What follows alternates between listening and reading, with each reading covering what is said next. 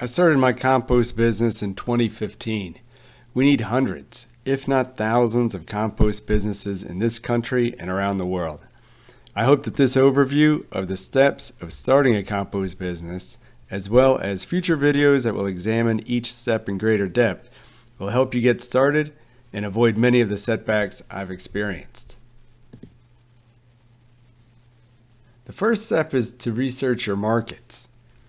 Your understanding of the markets that you can access will deepen and change drastically once you're up and running, but you must get some meaningful knowledge of where your revenue will come from that will inform all subsequent decisions.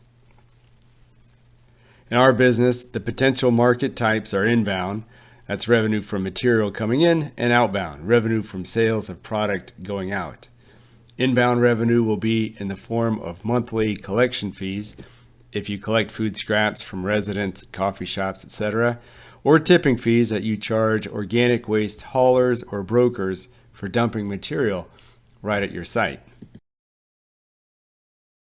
Outbound revenue is from product sales, so outbound markets include anyone who buys your products. Once you've verified that your region has these markets and you've gotten a good working knowledge of them, it's time to familiarize yourself with the regulations and regulatory agency or agencies that you'll be dealing with. It'll be a lot to go through, but the sooner you dig into it, the better. And be sure to contact the people in your regional field office for the state environmental quality department and certainly any local officials that you'll have to deal with zoning. Step 3 is site selection.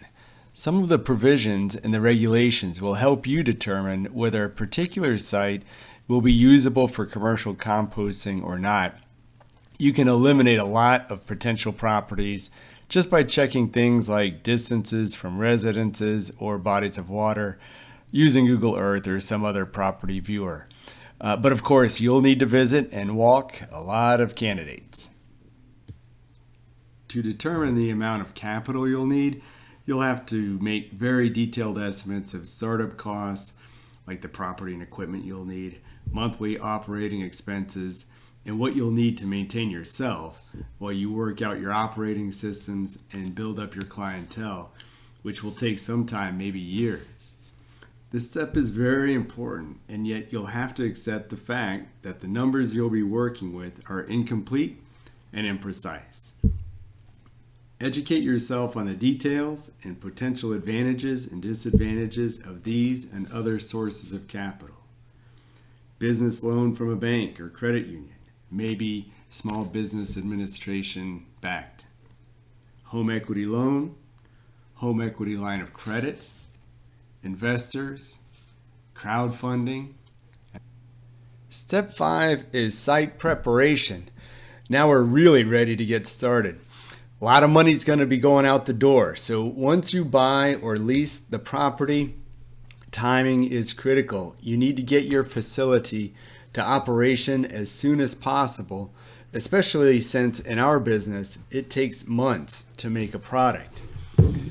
Now the construction, especially grading and surfaces and access, the multi-step, lengthy process of getting permitted, obtaining the necessary equipment, and stockpiling high carbon and bulking material are all contained in this step. As site preparation progresses, you'll get a rough estimate of when you'll be able to start operation. But don't wait for that day. Go ahead and aggressively promote both the disposal and product sides of the business. Try to get people to commit to the service. Present to civic groups and gardening clubs. Have a booth at events. Meet with restaurants and coffee shop owners and managers and food service managers. Post regularly to social media. Now, it's my recommendation that you don't do print advertising or radio. They might work for you, but they sure didn't work for me, and they were very expensive. Okay, step 7, as soon as your site is prepped and permitted, start collecting and processing food scraps and selling compost. Keep promoting your business and keep track of the true operational and financial data of your business as you go forward. Above all, Communicate with your customers, both food scrap generators and anyone who buys your products, and keep them happy. I'm going to make a video for each of these steps to go a little deeper into each one of them and give you some advice. But obviously, it'll be up to you to make it all happen. If you subscribe to this channel, like these videos, more people will see them, and hopefully more people will start their own compost business. Thank you.